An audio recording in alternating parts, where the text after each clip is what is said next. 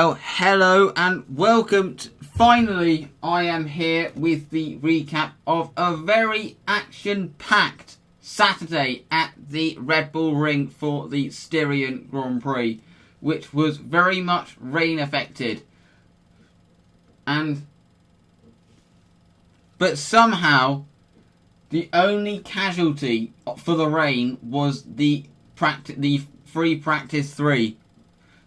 Qualifying went ahead, the F3 race went ahead, albeit only half of it was run, and the F2 race went ahead in the end as well. So, let's go into them. Let's talk about them.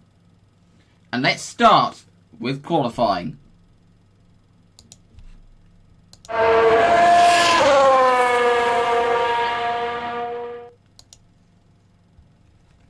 It was an absolutely one of the most exciting qualifying sessions that we have ever seen in Formula 1.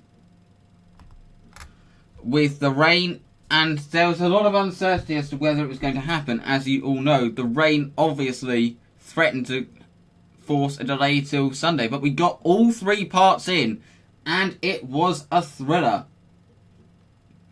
To start off with, the drivers were very skilled. I was really surprised that I thought we'd see more drivers having accidents.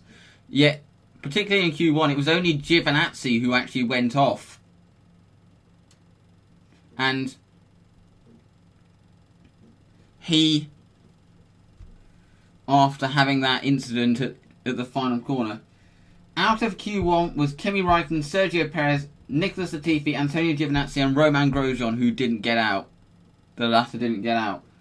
And Sergio Perez obviously is going to be very disappointed. Racing Point showed a lot of pace this weekend, but obviously it didn't seem to be suited to these wet conditions. Didn't seem to be suited to the wet conditions. It was a very... Both drivers seemed to be struggling. So Perez obviously will start in 17th, but we can expect a charge from him in the race. Once again, Alfa Romeo looking woeful. The only team to have both cars out in Q1. And then came Q2. And once again, Ferrari losing a car in the second part of qualifying. Once again. I mean, that car looked...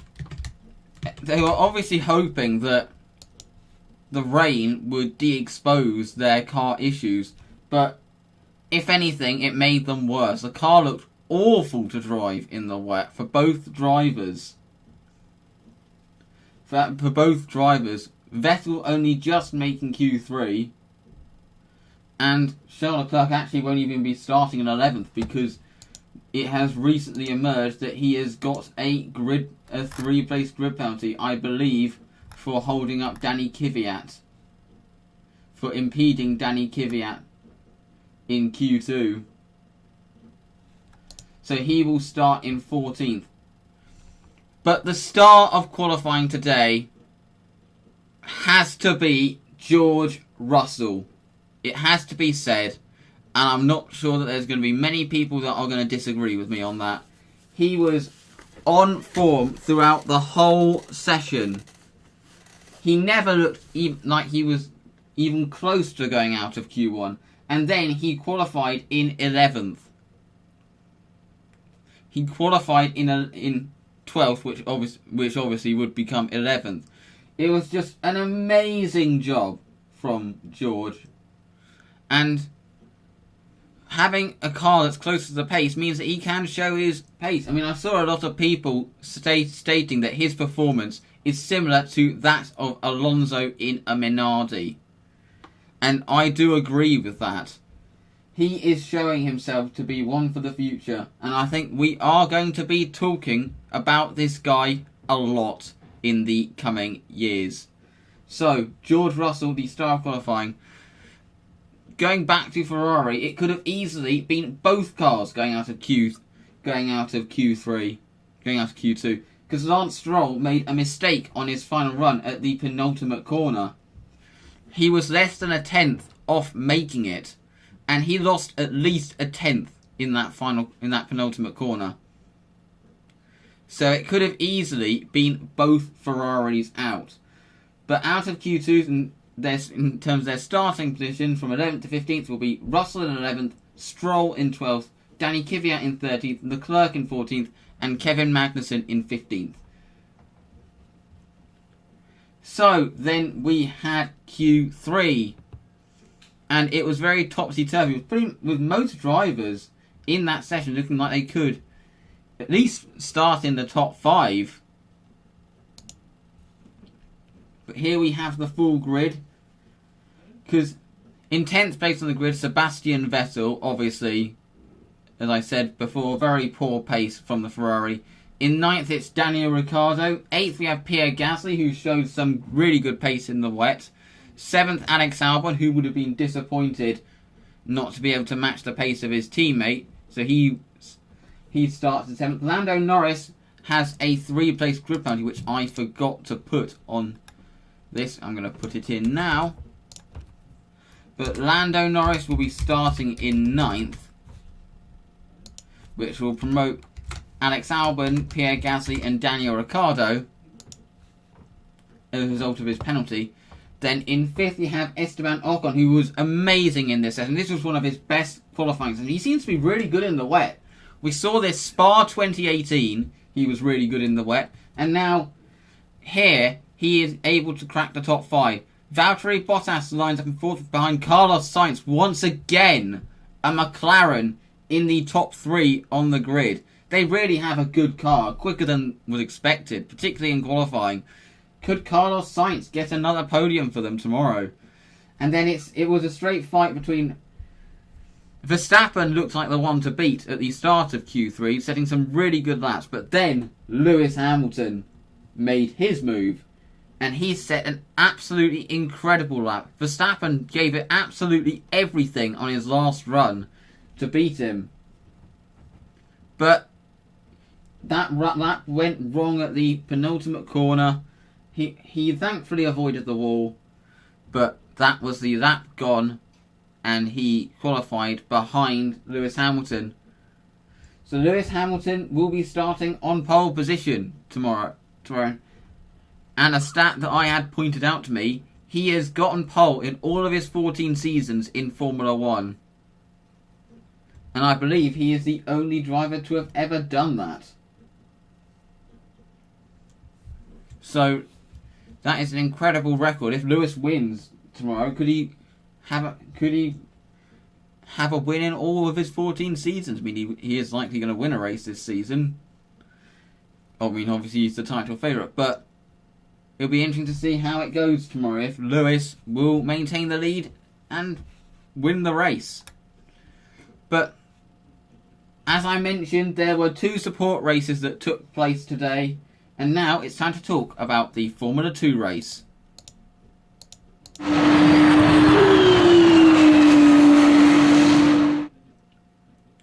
Now, Formula 2 saw a thriller. And that race finished just a few moments ago. And we had to wait a long time for it. There was a massive rain delay. There was a massive rain delay to start at the start of which delayed the start. They got underway initially, but then they red flagged it, and it was looking like they weren't going to be able to get the race in. But the track did dry up, and they did get the race in, and boy was it worth waiting for. As mentioned before, we did have a very long delay in the pit lane, but then we got the news that the race was going to start. There was a lot of spray, but the race restarted. Yuki Tsunoda led the way to start with in the race, but a lot of the movements were all from Robert Schwartzman and Christian Lundgaard, who seemed to be really comfortable in these conditions.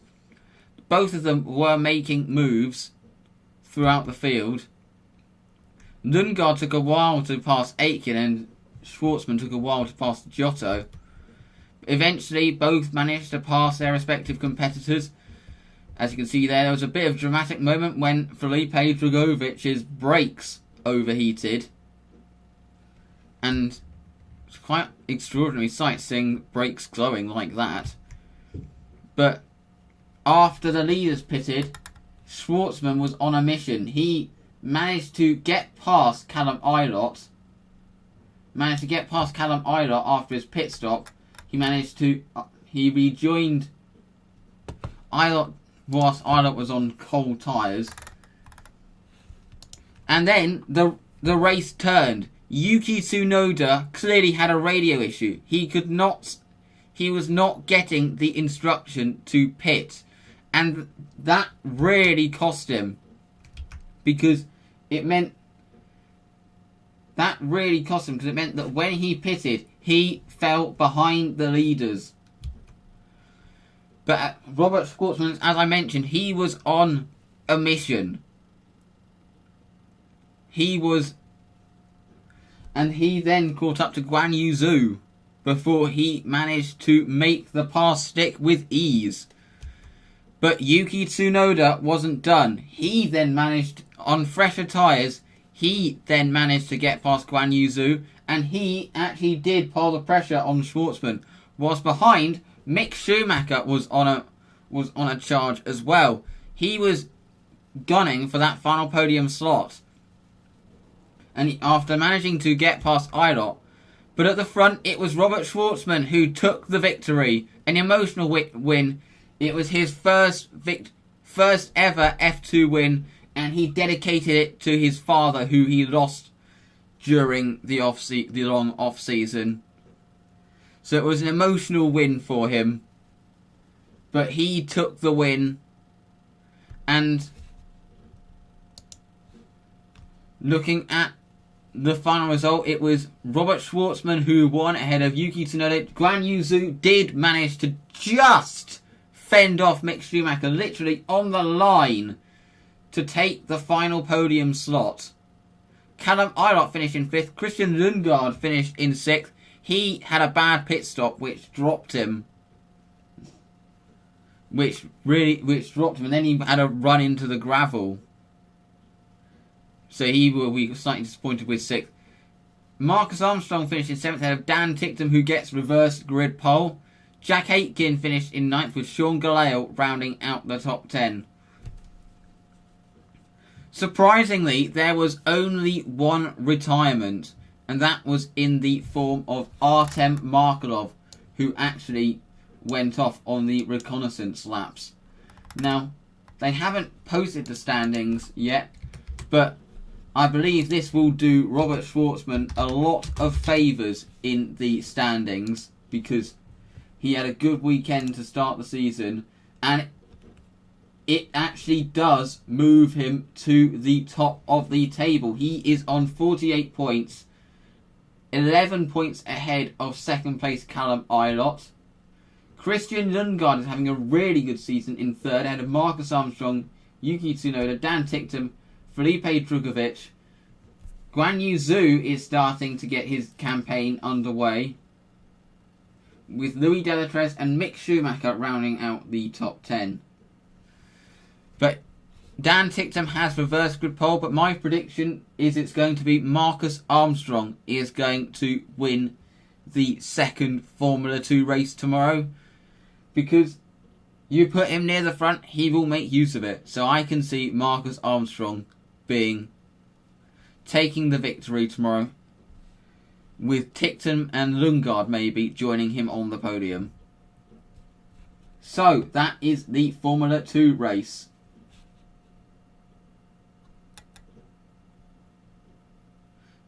This morning we had a rain-shortened Formula 3 race. So let's have a look at what happened in the first track action of the day.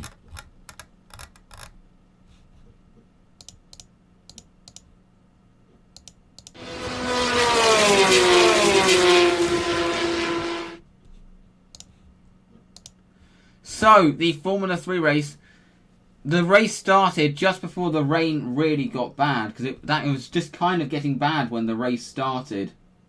But Frederick Vesti led into the first corner. as the rain really started to intensify. Vesti did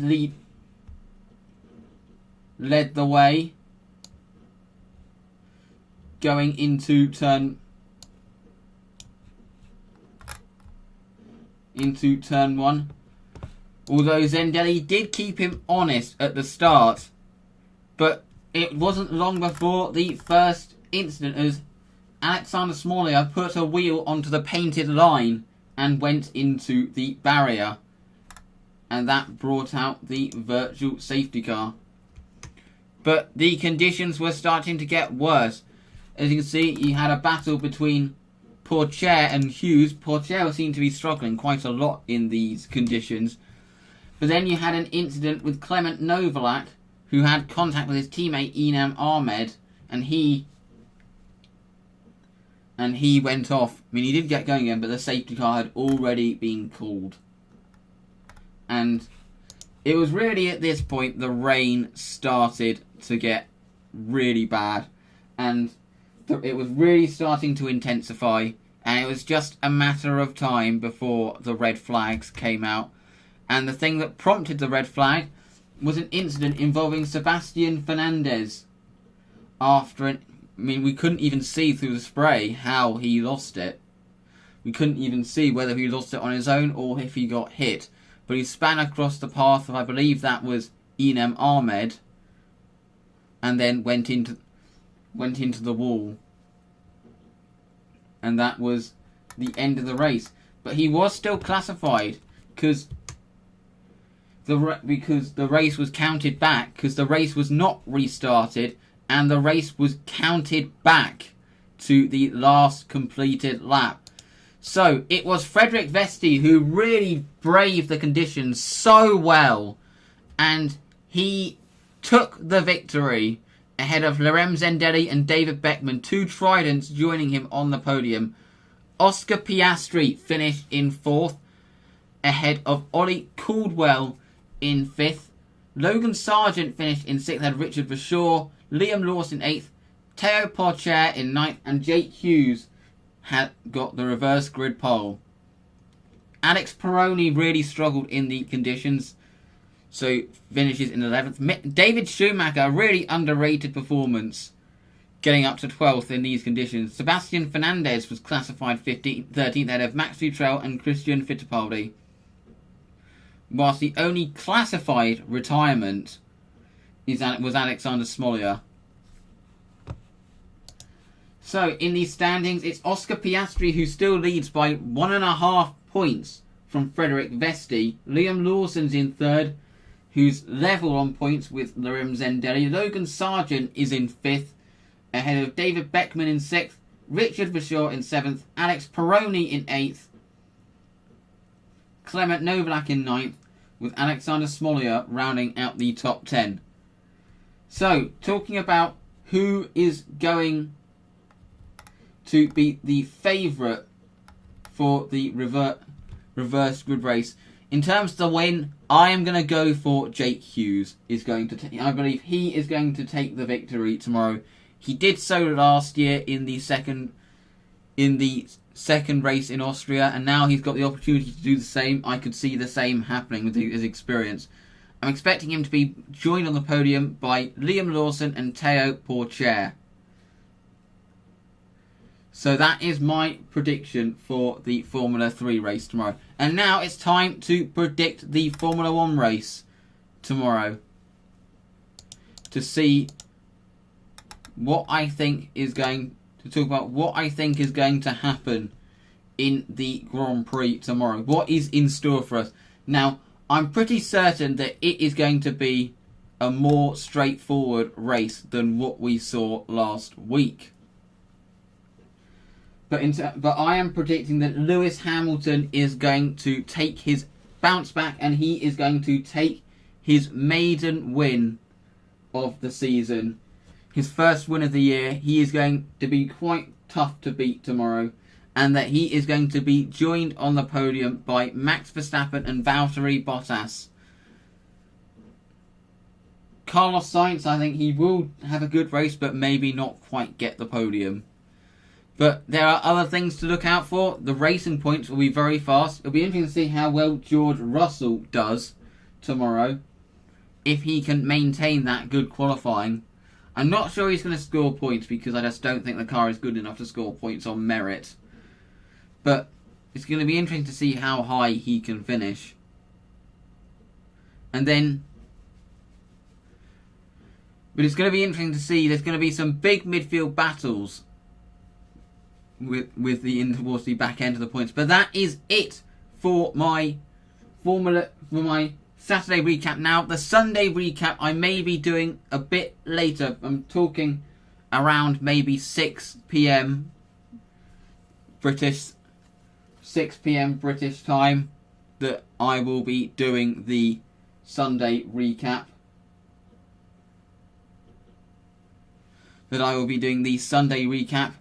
And the reason that is I may not even be able to see the race live tomorrow. But I will still make sure to bring you a recap of all of Sunday's action on what is set to be an interesting race. So thank you very much for watching, and we'll see you tomorrow for the Sunday recap. Goodbye.